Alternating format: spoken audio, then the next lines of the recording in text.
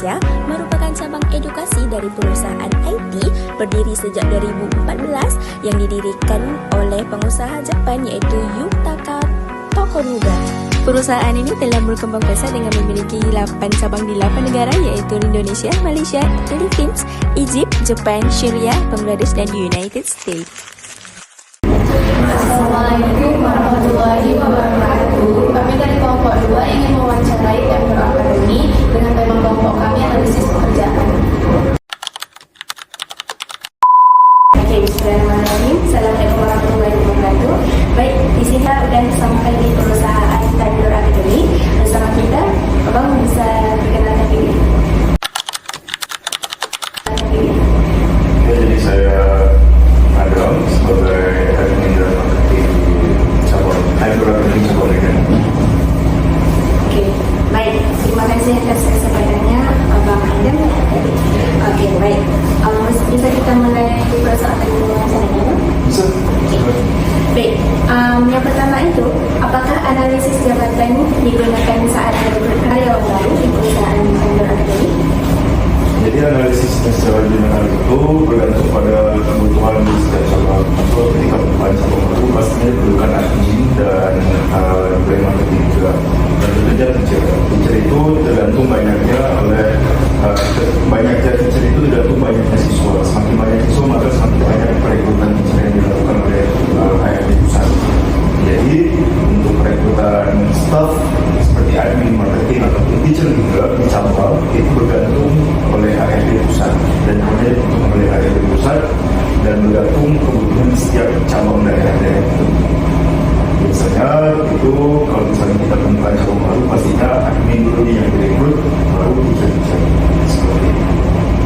Oke, baik. Jadi perekrutan di perusahaan Temur Academy ini adalah sesuai dengan siswa. Karena apa? Karena Temur Academy ini latar belakangnya pendidikannya, Bang. Benar. Pendidikan. Nah, yang kedua nih, Bang.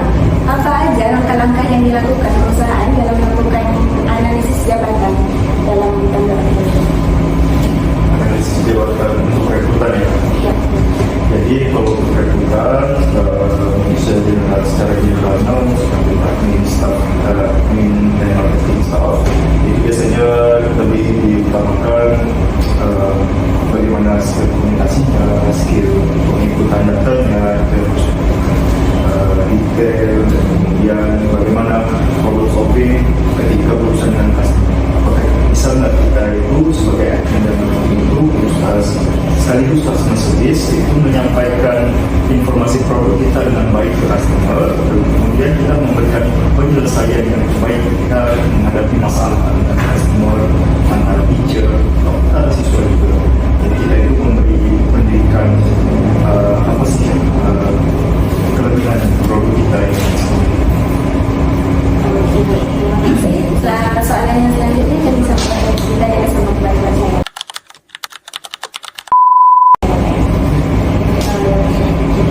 Siapa yang biasanya melakukan analisis jabatan di Temur Academy ini? Kayaknya atau asal? Oke, untuk analisis jabatan biasanya kalau misalnya staff pastinya langsung dari perusahaan HRD. Kita buat yang baru pastinya dilakukan first adalah adminnya. Kemudian untuk teacher itu adalah tergantung oleh di awal itu pasti ada 2-3 teacher yang sudah langsung direkrut oleh HRD pusat. Kemudian untuk seterusnya itulah tergantung oleh admin yang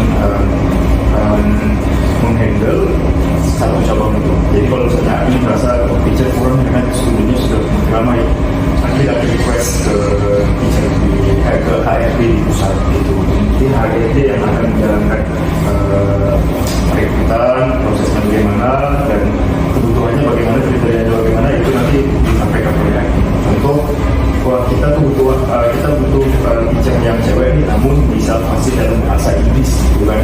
Nah, seperti itu. Walaupun kita butuh teacher cowok yang fasih bahasa Inggris dan mampu melakukan presentasi yang baik ataupun paham tentang Chinese politik, gitu. Jadi tergantung oleh permintaan juga, karena admin yang lebih tahu situasi di cabang dan permintaan customer itu gimana. Bagaimana perusahaan biasanya melakukan pekerjaan saya mungkin sama seperti tadi ya. Jadi kita perencanaannya itu adalah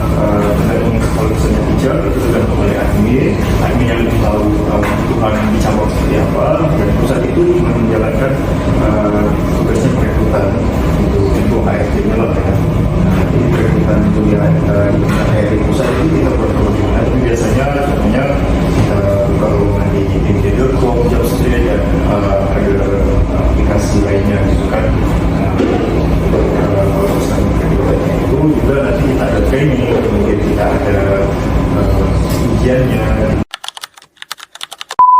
Selanjutnya, apa visi misi dari tender akademi? Oke, visi kita ya.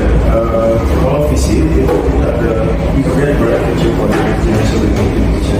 Kita mempersiapkan generasi muda untuk tampil dalam bidang IT.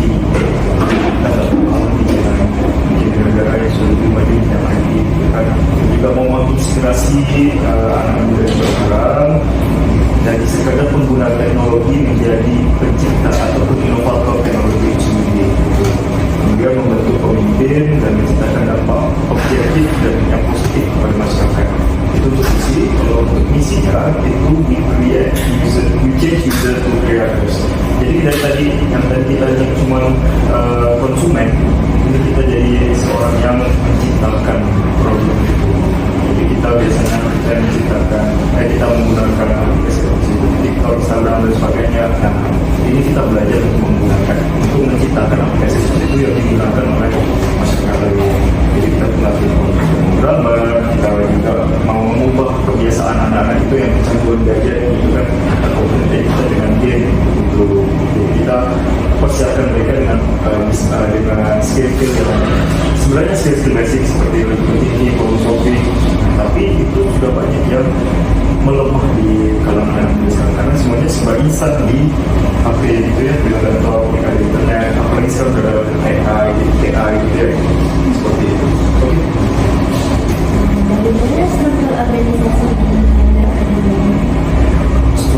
Struktur kalau di peringkat perusahaan itu biasanya yang pertama itu ada CEO, Mr. Yutaka, kemudian bawahnya ada maker, dia sekaligus CEO, co-CEO itu adalah disiplin peneliti. Kemudian kalau untuk di tingkat cabang itu nanti ada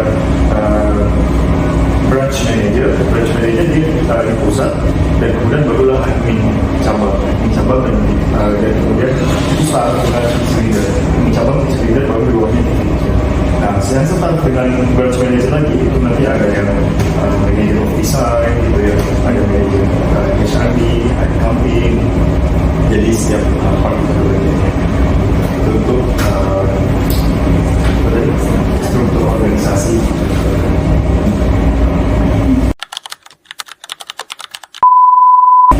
Kita boleh tahu nggak ini jabatan apa aja yang ada di perusahaan ini sama berapa jumlah pegawainya? Jumlah pegawai ya. Kalau untuk jabatannya pastinya ada yang kita ada executive yang membantu admin cabang gitu ya. Jadi sekaligus mereka itu adalah branch manager untuk admin cabang. Kemudian kita ada R&D, kemudian ada accounting team, kemudian ada marketing team, kemudian ada admin di setiap cabang, kemudian teacher leader yang membantu teacher kalau misalnya ada masalah. Curriculum maker juga ada yang biasanya sekaligus teacher leader, curriculum maker. Kemudian ada ya admin cabang, kemudian teacher. Kemudian gimana sih perusahaan ini mengukur keberhasilan atau kinerja dari karyawannya? Oke, keberhasilan itu sebenarnya objektif. Jawabannya tergantung oleh kebutuhan setiap cabang. Kalau di pusat mungkin mereka ada takaran mereka sendiri yang mana saya juga tahu yang karena sendiri pusat. Tapi kalau misalnya di tingkat cabang itu biasanya kita ada yang namanya performance review, every 6 months gitu ya. Semuanya itu di setiap bulan Juni, Desember, nanti ada performance review.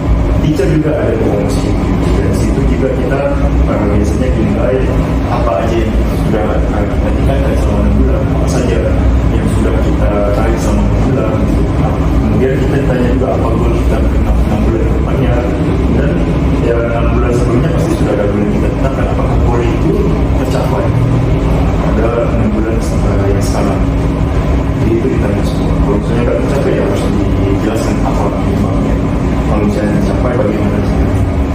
Jadi kita lebih mendetailkan apa saja sih yang kita lakukan selama 6 bulan.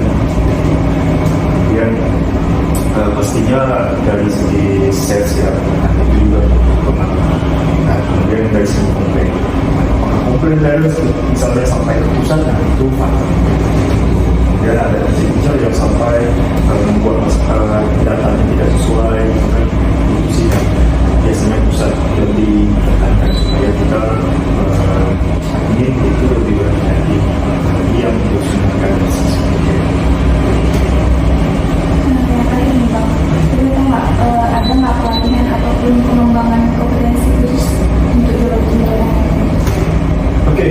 di pusat itu setiap tahun, tapi kalau di tingkat admin kita biasanya 2 bulan sekali itu ada namanya refreshing session.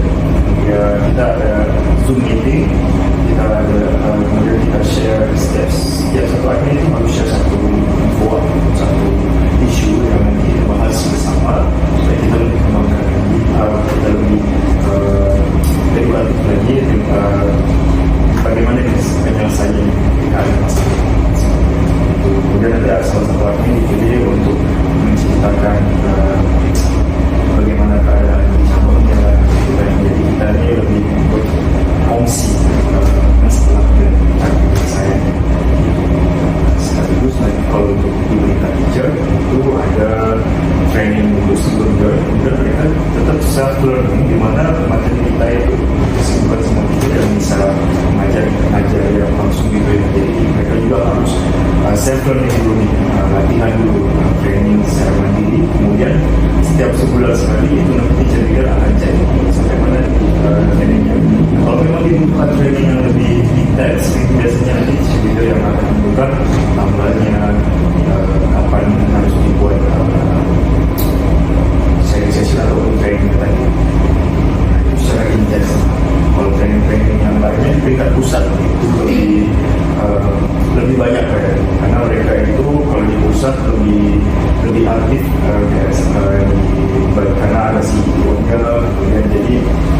kemudian kalau misalnya contoh bisa ditambah tenaga itu selalunya bawa satu inspiratif momen atau orang-orang penting dari Jepang belajar sesuatu, jadi itu seperti belajar dari sesuatu yang memang Oke, sebenarnya daripada Kak Menteri tadi udah soalan yang terakhir. Jadi, terima kasih banyak nih Pak, terlalu banyak dari info yang kita dapatkan mengenai analisis jabatan atau pekerjaan daripada PT Tanjung Akademi yang CEO-nya itu orang Jepang yang bukan nggak salah. Berarti keren banget dong perusahaan ini. Analisis jabatan itu benar-benar signifikan berdasarkan daripada apa yang dibahas oleh Abang Adam tadi. Baik, terima kasih atas kesempatannya sekali lagi. Terima kasih. Sekian dari kelompok kami. Terima kasih semuanya.